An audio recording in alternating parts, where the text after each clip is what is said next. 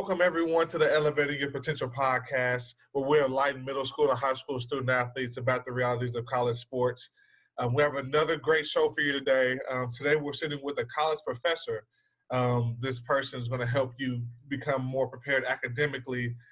This is personally one of my favorite and one of the best professors I've had throughout my time. I'm not just saying that because he's here, but I truly, truly believe that. His name is Dr. David Bertrand. So how are you doing today, Dr. Bertrand? I'm doing well. How are you? I'm great. Thank you. So if you just start out by giving the audience, I know you pretty well, but if you can give the audience a little bit of information about who you are and what you're currently doing.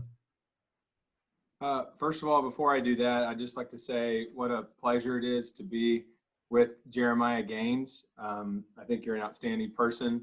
If you said that I was one of your favorite professors, goodness, I don't know where to even start about your student career here at SMU. Certainly with all of your accolades that you had received from our department and you know what the faculty thinks of you, I would say that's reciprocated. So, and for the audience, you need to know what an outstanding person Jeremiah is who's offering this podcast. So everywhere he goes, he leaves a wake of opportunity and positivity. And so really just excited to be on this podcast today to help student athletes. So a little bit about me. So I'm a full-time professor at SMU. I'm a clinical associate professor, actually, and I'm the director of the Sport Performance Leadership Program. I also do leadership development for organizations, coaching staffs, athletic directors, things like that. So that kind of is a little bit of a summary of the scope of what I do. So what actually got you involved with teaching and being involved with like leadership? I guess those two different questions, but let's talk about teaching first, and then we'll do like your leadership passion. Yeah, it's a good question. I hated my corporate job. That's really how it happened. I studied 4 years in management information systems and went out and had this great corporate job. And within a couple of months, I knew that it was not where I needed to be. So I started to think about, what I really cared about, what I was passionate about. And so that led me to the teaching path. So I went back to school and kind of got oriented to that.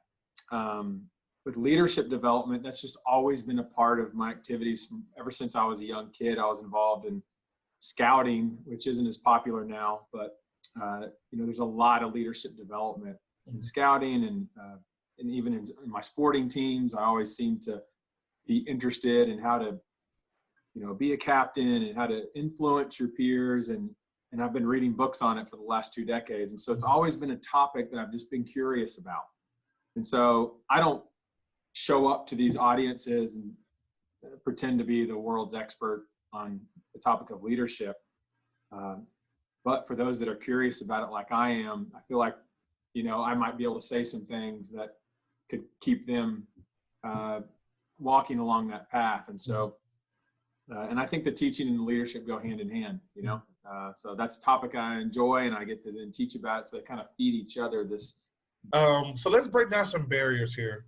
I know when I was a student athlete coming to college, like when I hear the term, or I see professor, or I see doctor, or I see anything of that sort, I kind of get like reserved because they just seem like these authority figures that aren't really touchable. You just see them in the classroom, that's all they do. But I kind of want to help the student athletes kind of break down. So like, what do you like to do? I want them to see that professors do things outside of just like teaching and leadership development that you talked about. So what do you do like for fun and outside of your professor? Yeah, it's a great question. And I'm actually glad you acknowledged it. In some countries, actually professors would never speak to their students.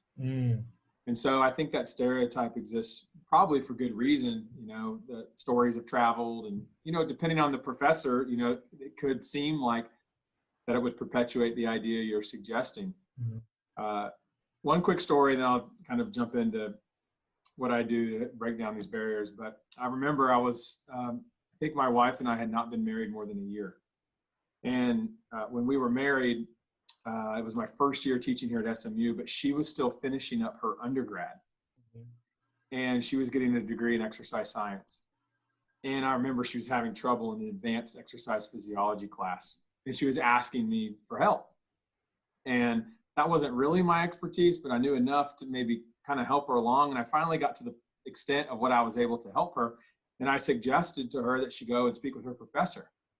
And she looked at me like I was crazy, because never, ever would she go and speak to a professor. And in fact, it was only because she had married me that that gave her the permission that, Wow. oh, these are regular people, you know, but even being married to me, it was still a hurdle. And that's when I really understood the weight of what you're suggesting here, and the barrier and the walls of resistance for people to reach out. Now, I think even just stating that, it's even more so for some populations than others, as I've Right. continued to learn in my short tenure here at SMU. So, you know, I don't know all the answers about how to humanize, you know, the professor.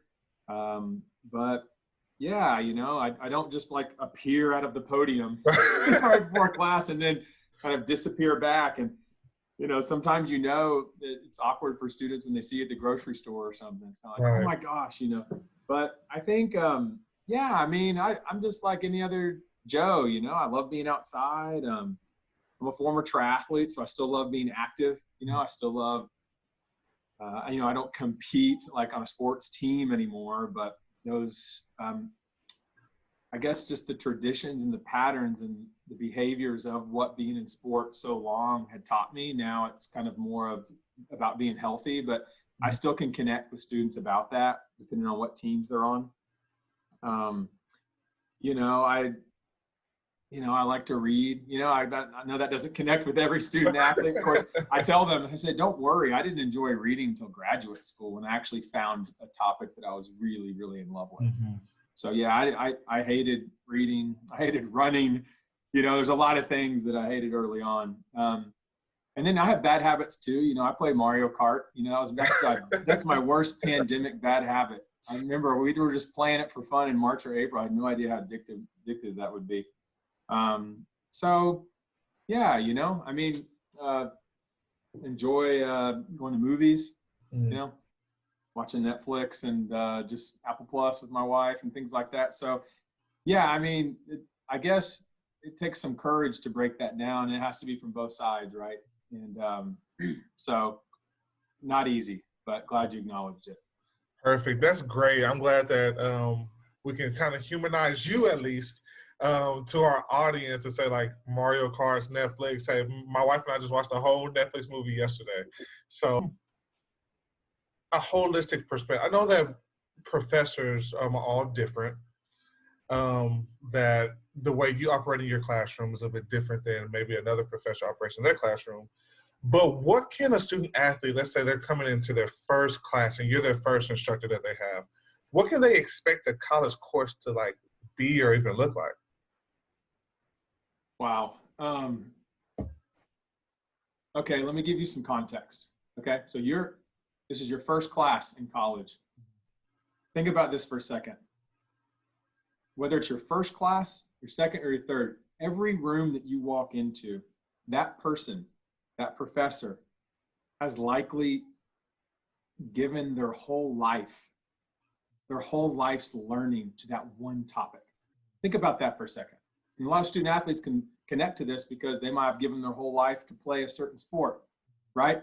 So think about that same degree of focus, that same degree of passion for something. So every classroom you drop into, that person at the front has given decades of studying and work for that topic. So I say that to impress upon any new college student that you could probably expect those that are leading these classes and teaching them to have, you know, a level of seriousness about the topic. When I say serious, I don't mean taking themselves too serious, but I just mean that whatever they're speaking about, there's probably going to be some real oomph behind it, some real, that it might not come across as passionate speaking, but there's a reason that somebody would spend, you know, over a decade looking into a topic very deeply, so that might be able to offer something to you just like at a more broad level. Right. So I don't know. I think you can expect the classroom for that person to have a level of competence and care for the topic that you're learning about. And so I think that's the main thing is I don't know how much of a high school education can prepare you for what that feels like when you step into that room, you know. And I've taught at high school too, so this is not a statement about high school level of competence versus, this is just it's just a different feel. And so I actually found the college environment to be more conducive to me thinking more freely, because it was a little less structured. And at the same time, it felt like the stakes were a little higher too. And so, but I think that comes with your development. So I think as you start to age up, you start to be ready for that. And so I would tell people to expect it to be an environment where you are stepping into a space where that person really, really cares about that topic. And by the way, they're not expecting you to care about it to the same degree at all, but that's something that you have to manage. So that's what there is to know. You may not like that topic. It may be a class you have to take, but you can't act like it's a class that you have to take. And there's a huge difference. And so I think the student athletes and the students that understand that get that realize, oh man, this wasn't where I would choose to be first, but now that I'm here, I know how to act to make this easier on myself as opposed to much, much harder. So I think that presence of mind can be really, really helpful.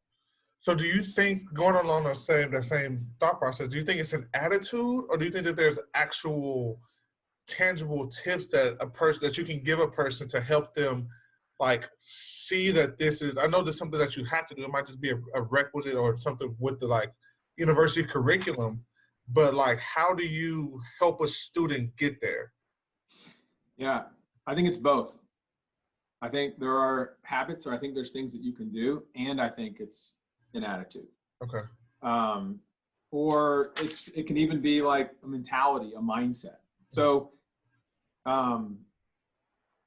so let's just go into some of the reasons, right? So some of the characteristics that I've noticed, and again, I've been at SMU since 2007, so this is 13 years of experience in working with students and student athletes. And I can say this, that your level of competence or intelligence coming in, I haven't seen in my own experience is a really strong predictor of your ability to get through the program. And it's for these reasons.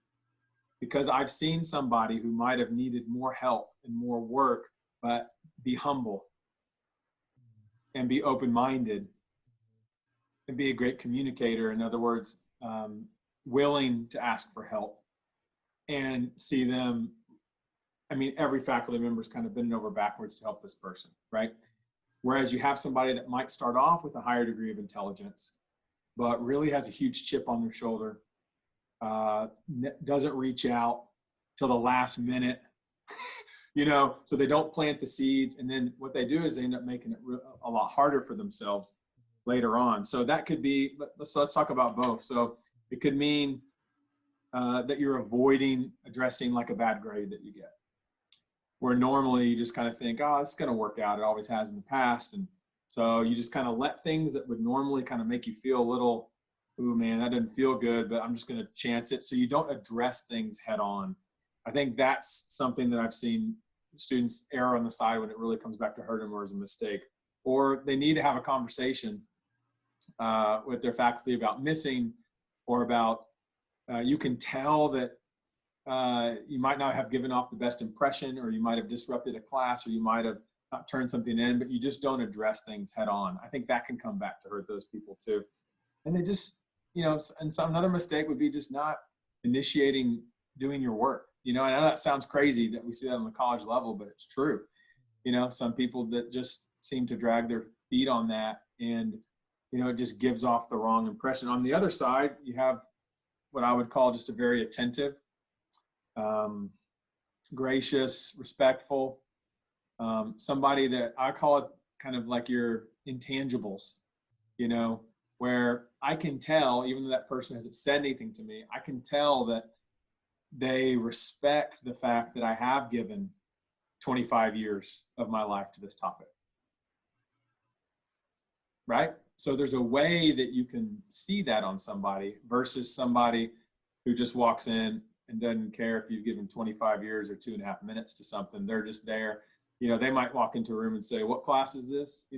Just kind of like acting clueless, not really caring. I think those two individuals arise for the faculty in very, very different ways. And so, again, when we're unpacking kind of these behaviors and how that might look, I understand that, of course, having a sporting background too, that, that's where my passion was. So sometimes not everyone takes that competitive nature over into the classroom. I understand that. But there's still a code of ethics. There's still I call it the unwritten syllabus.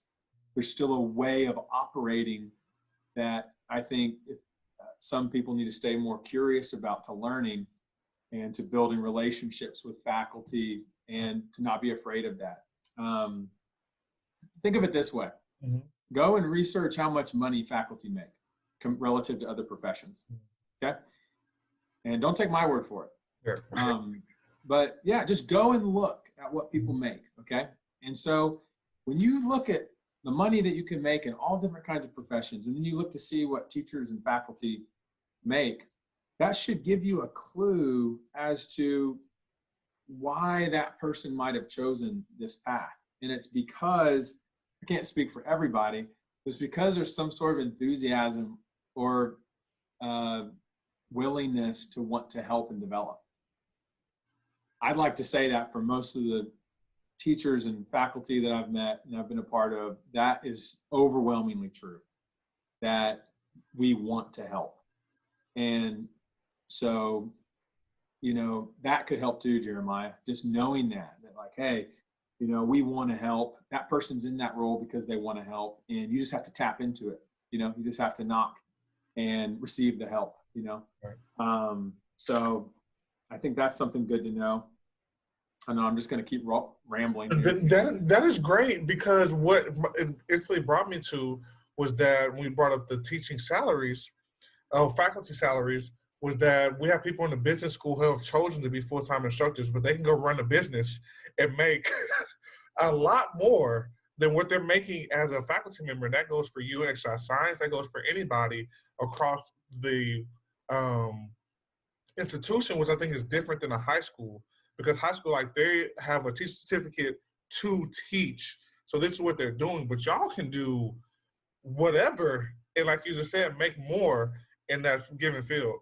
Yeah, technically, I think, for faculty, it's, I don't know if it's 10% of your time or something like that can be consulting or doing other things. So, and it depends on your contract, if you're right. A non-tenure track or a tenure track, sometimes responsibilities differ. But yeah, it's an important point you make about the freedom. Of course, if you talk about K-12 too, like they typically have less summer responsibilities. Should they not teach summer? So even then you could pursue, some sort of entrepreneurial thing outside of that too. So yeah, I mean, not to discount the fact that you can do things outside of it, but even still, if you just compare the salaries and compare the opportunities, I think my larger point was just trying to say that, if you didn't have some sort of inclination to want to develop, to want to help, I don't think you'd be there. So if that could help somebody in the audience, right.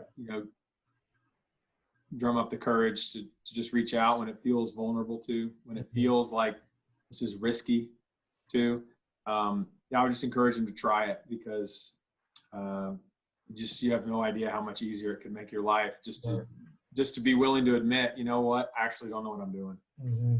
I don't know how to, and showing that in just asking that question, it shows a degree of care too, that you want to get on the track to making it right, that you want to know. And so we can't know where you are if there's no communication. So I think that's part of the becoming a young man, becoming a young woman, and being able to communicate those things fluidly, so it's part of the process. Man, that's so good. That is so good.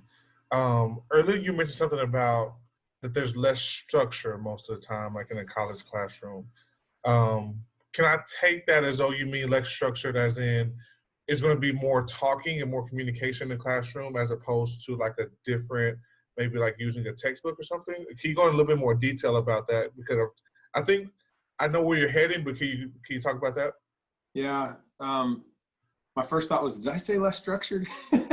Well, I didn't take it I wonder if I negatively. didn't say, you can go back and fact check me. I wonder if I didn't say I felt more free in the Okay. college classroom, but I think largely that was a function of kind of my interest in the material. But I think every faculty member, every professor is going to be different, right? And so I think, you know, what to expect in the college classroom too is that it's an opportunity to develop your interpersonal skills, and to part of your success is going to be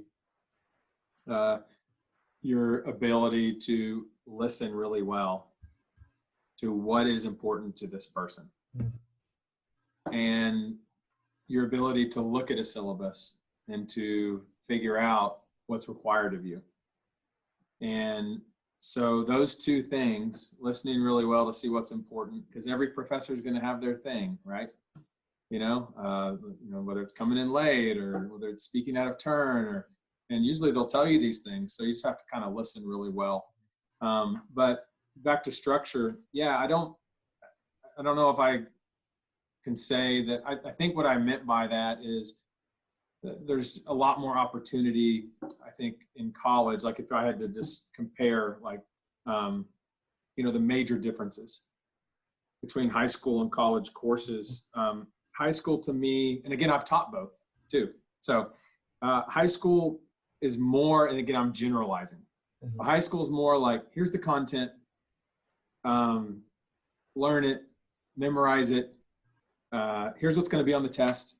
Maybe there's some time for discussion, but it felt much more rigid to me, based on going to the 7 different classes a day and moving up to this, and there's kind of formulaic. So when I said less structured, I think what I meant by that is you dial up your thinking. And this is sometimes a really tough transition if you've kind of turned off your thinking and you're not used to dialogue in the classroom. In fact, you feel kind of like well in the bottom of your belly anytime you want to speak in front of a group. So that'll be challenged in college, where you're expected to speak in front of your peers, or to have an opinion, or to disagree with your professor. Like, that's actually welcome here, as opposed to, where there might not be time and space for that in high school. And then explaining why you disagree, being able, like, what's the nuance in the argument, or why is that, or that's interesting. So really those types of discussions, I think, felt less structured, in the sense that you might say it's more structured in regards to how you're structuring the class from the professor's standpoint. But for the student, it felt like there was more room to roam, and not everybody appreciates that. Not everybody likes that. And so I would also say college is like chess. High school is more checkers in regards to the possibilities of what to expect in class. So you really got to open your mind to, hey, this feels a little uncomfortable, but trust your ability to walk through. You wouldn't be in that classroom. You wouldn't have been accepted to that university if you weren't supposed to be there. So I don't know, this kind of ties in with what we were talking about earlier too, about just, just taking more responsibility. I think as you age and as you age up and develop, I think taking responsibility for your learning kind of ties in more to like the college route, where you may not be, you may not be spoon-fed things as much in regards to, hey, turn this in on this day, and like you show up to class, oh, I need this from you. Like, I feel like there's a lot less of that. There's more kind of like, hey, we expect you to get it in, and we may not ask you, and it's kind of on you to figure that out. If I had to say, what would I, or if you, what would I say if you were going to prepare now for a college course? I would say this, that ask this question of yourself. Am I relying on the teacher to tell me what to do? or am I on top of it enough to where I can already know what's coming and I can anticipate what he or she's going to ask for and when? Your answer to that question will correlate to your success in the college classroom. Wow. So what I'm speaking to in those questions is, I think, taking the reins back. You've had a lot of high school teachers that have kind of like said, hey, I need this from you, and you haven't stepped into that role of, no, I'm in charge of this class. This is what I'd like to learn from you, professor, kind of taking the responsibility. It's just a total mind shift. And I think when you, when you do it in sport all the time, Mm-hmm. I mean, think about playing time. Those that typically want to play end up playing because they're going to put it. So it's kind of like transferring that mindset to the classroom. It's kind of like, you know, can I be competitive enough to transfer that mentality over to the chair in the classroom? Mm-hmm. And not for anybody else, but for yourself. I think that's not an easy thing, what I've said, for many people, but I think that's the goal. Yeah, yeah. Really good. Great sound advice. I think our student athletes will get a lot from that. Let's switch slightly over to like majors, and we'll talk a little bit about the sport performance leadership, which I am a graduate of as well. Love the program. But I know this isn't your specific area of expertise, but what do you think should go into a student's mind as they are thinking about different majors and what they want to study in college? Yeah, this is like a disclaimer, right? You know, disclaimer, I'm not a career counselor. Right. You know, I think my life would reflect this, but what I advocate for is kind of following your bliss. You know, I think a lot of people look at that conversation and are very practical about it. And I think when I look at a 30,000 foot level of society, and I see, I see that we could use more people that are doing things that make them come alive, as opposed to what's just practical. Mm. And so that's how I guide that decision, is what I think the world needs more of. And what I think the world needs more of is people that have come alive and that are on fire for what they do. So I think starting there, you know, starting with that, you know, what do you talk about in your free, like what and then following those thread of questions to see how that might connect to, even remotely, or maybe even more specifically, to a study or a course of interest, you know, taking things that can help you develop that curiosity. So, I mean, unfortunately, you know, I see a lot of people that have actually gotten really good at taking classes that they don't care about. And it reminds me of an old movie, The Shining, with Jack Nicholson. You know, all work and no play makes Jack a dull boy. Mm-hmm. And I would say the same thing for students. All practical thinking and no passion makes Jack and Jill a dull person in the workforce. And so those are a diamond. I mean, you can find those people everywhere that might be really good at doing something, but it's not necessarily, there's no conviction, you know? And so I think that's part of, you know, again, my philosophy. I'm not saying that's the right way to advise, but I think, you know, people that are doing something that connects to a deeper sense of purpose really shines in the world. And so I try to plant those seeds early and often with students as they start to think about, and again, it may not come to you quickly. You know, I think it's something that continues to develop throughout your career. Right. And you know, following that bliss is I think, my advice. And I think that's a good segue to this next question, because primarily student athletes will be listening to this. And your program, as we just discussed, the sport performance leadership, mouthful. Exactly, it goes over kind of like the art of coaching in every aspect of like this leadership development piece that we talk about. And so a lot of student athletes listening might actually follow this track, similar to what I did. And so what makes the program, I guess, different or great? And what are some of the things you go over in the program? Yeah, so to all student athletes out there, you can probably connect to this. or you've had coaches that you feel like are really great, that really taught you something about yourself, about life, that really got the best performance out of you, and other coaches that you can think about that whenever you think of their name, a lot of explicatives come to mind too, about how this person was with you. And so I think coaching, when you have good coaches, it can really teach you a lot. And when you have some not so good coaches, it also teaches you sometimes in many ways more. Mm. And so the words that we put on that is transactional versus transformational coaching. So the sport performance leadership program is all about the transformational coaching, which is that there's a human being beyond the athlete. You know, you're not a athletic robot that's just, you know, the coach says this in some sort of transactional relationship where, you know, I get mad when you don't give me performance, and when you give me performance, then I'm happy. And, you know, and so what we're about is about creating a curriculum to give you a chance to step into a role where you can really,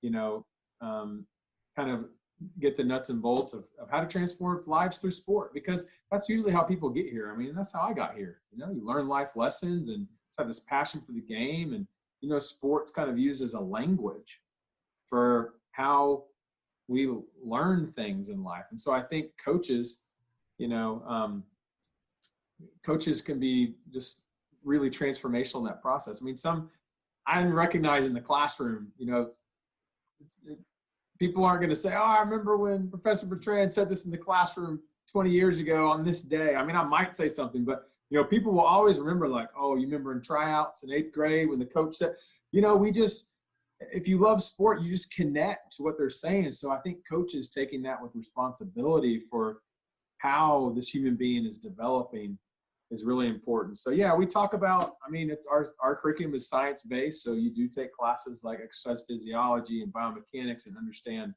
body and movement. I mean, you have to have some competence there, but there's also the art of coaching, where you take into consideration leadership competencies and behavioral psychology and adult stages of development and, you know, your personal leadership style. And I think you continuing to work on you gives you access to then lead a team or lead a staff powerfully. And so showing the way with that, being willing to learn about yourself and learn how you're showing up to others. I think that's the process that we're on. I remember there was a student athlete in my office about 4 years ago as a high school senior. And I remember his parents were in here. And after about 20 minutes of talking, the coaches were in here, the parents, and the student athlete. And this student athlete had offers from all of the top schools in their respective sport. They could choose really wherever they wanted to go. And I'll never forget, after 20 minutes of talking, I was kind of getting tired of hearing the parents talking because I hadn't heard the student athlete say one word yet. And the dad asked me, he said, well, what is my son going to get if he comes here from your program? You know, and what I said was, you know, what your son's going to get is if your son comes through this program in 4 years, I didn't say in 4 years, but my goal would be for your son to be leading this conversation, not you. Mm.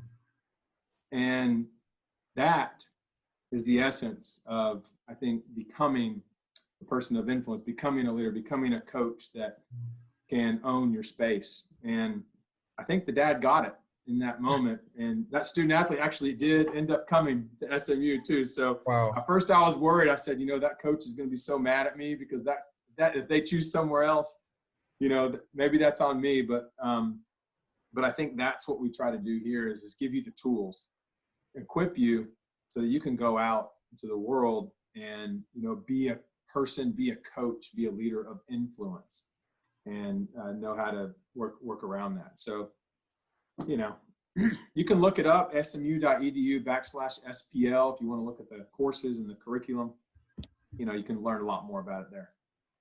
Man, that story is huge. I think that you all do a very, very good job. I would like to say that since I am definitely, I guess you can say, for lack of a better term, disciple of you all. Just that accountability and just self-awareness to say, okay, I can influence, but first I have to influence me. I have to influence me first. It's all reflective and then it's projected outward, which I really, really enjoyed through y'all's program. It was great for sure. Awesome. Thank you. hmm And so I do want to ask this question, and then we'll wrap up.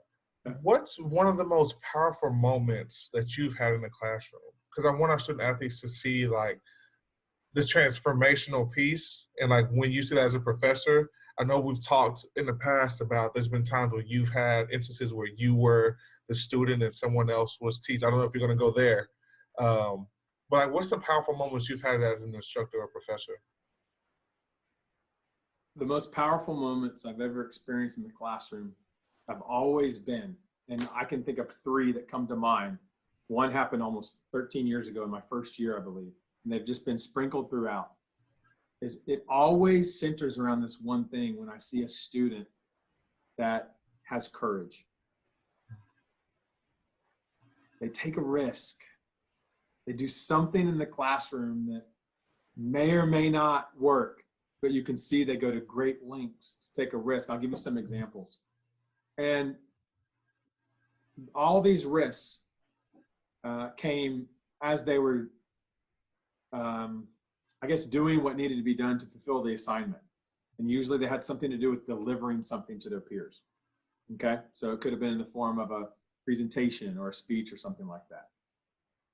One example was when I watched a student talk openly to his peers about what it was like to overcome his best friend's suicide. And you can tell when they were weaving this into their, which is a very personal, deeply personal thing, but as they were weaving it in, you could tell he was still working through this as he shared it.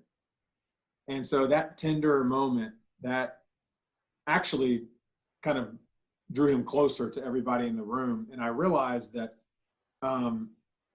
we all learned from him that day. And so the most powerful moments are always where I'm in awe, because in those moments, I realize I'm the student and he or she is the teacher. And so I'm always open to that. And it always comes by surprise. But I would say those are the most powerful moments. Another one was when I learned about a student who lost his dad in the war, in the war with Iraq. And, when he was age 9, he talked about his 4 siblings, and how they responded to that with such strength and courage. And as I watched this young person speak about his late dad and what that did to their family, I realized that, owning your experience and, and modeling that for other people and showing that, that's when the real learning occurs.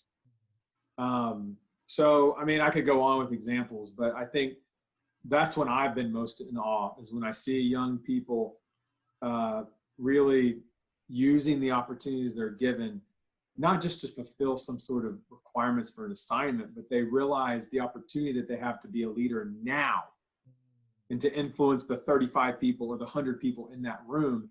And you can do something that 100 people might never forget. I can remember these 3 things. So you have power, you have influence. And so when I've seen that courage, when I've seen that vulnerability, and when I've seen that in the classroom, it's inspired me so much that I would say those are the most powerful things I've been a part of. And I don't know if those students knew how powerful it would be. I don't know what their thinking was. But I think they definitely are etched in my mind.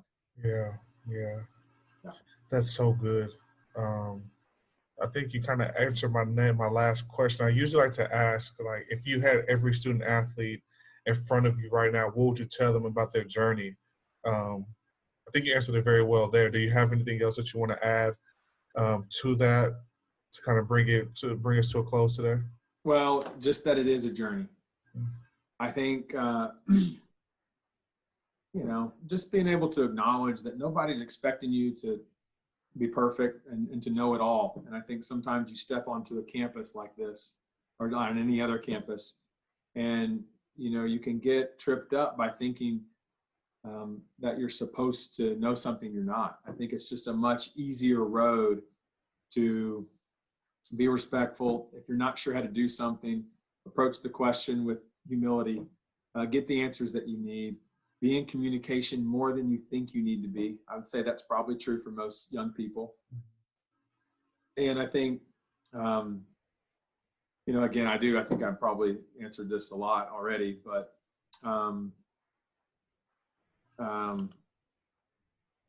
use the sport, especially if you're a scholarship athlete, use the sport that got you there, and don't let it use you, is something else that I would say. And I think that's something that I've heard student athletes come back, that's what they say to their peers. So I've kind of heard that a lot and have now shared it like, hey, I understand this is not an easy road. And I think that's something else, is know that you're choosing a road that's probably very challenging, right? But you want that challenge. You thrive on challenges. And so just remember that when it gets hard. Yeah. And you're tired and you're sleep deprived, Mm-hmm. and you have professors who are asking you for things, and you have your coaches that are asking you for things. Just remember that you chose a path that's going to refine you, and that's going to put you under a lot of pressure. And not to be cliche, but diamonds are made from pressure. So you have to remember that you thrive under pressure, that you chose less free time.